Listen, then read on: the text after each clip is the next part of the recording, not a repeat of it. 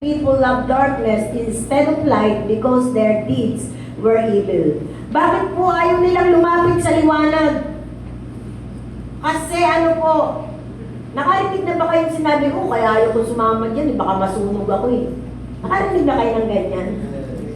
Baka lumampas ako sa langit, kaya ayaw ko sumama sa inyo, baka maging banal na ako. Ha?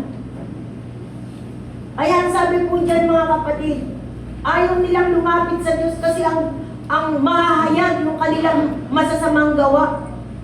Ayaw nilang umalis doon sa kasama ang kanilang ginagawa. Mas masarap dito. Ha? Walang inuman dyan sa inyo.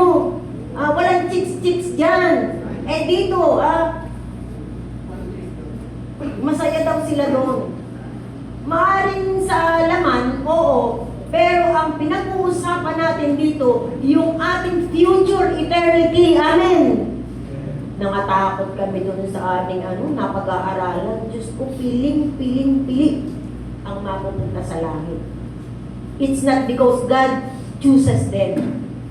Kundi yung mga taong yun, talagang nagsumikap, nagsakripisyo, para hindi sila maiwan ng Panginoon, hindi sila maiwalay sa Panginoon. They are doing their part para sila ay makapasok sa kaharian ng langit. Piling. Nag-isip ako ng illustration, mga kapatid. Nakakita na kayo ng bithay? Bithay po.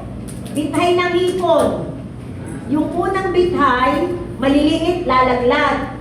Maiiwan yung malaki-laki. Kukuha ka ng another bithay, parang siya yung para siyang tawag doon, yung bilao na may mga butas. Another bibithayin uli, liligligin uli, maiiwan na naman yung maliliit, and then bistay ba? Bithay sa amin, bistay. Ay maiiwan yung malaki-laki.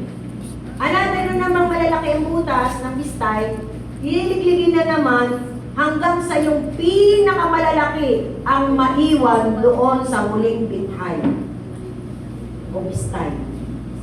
Ganun po pala, mga kapatid, ang papasok sa langit.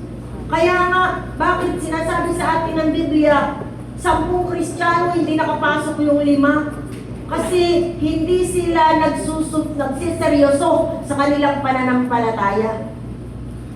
Kailangan nakatingin tayo doon sa inaharap, sa future, sa eternity. Huwag lang sa panahon natin ngayon. Amen. Kinakailangan doon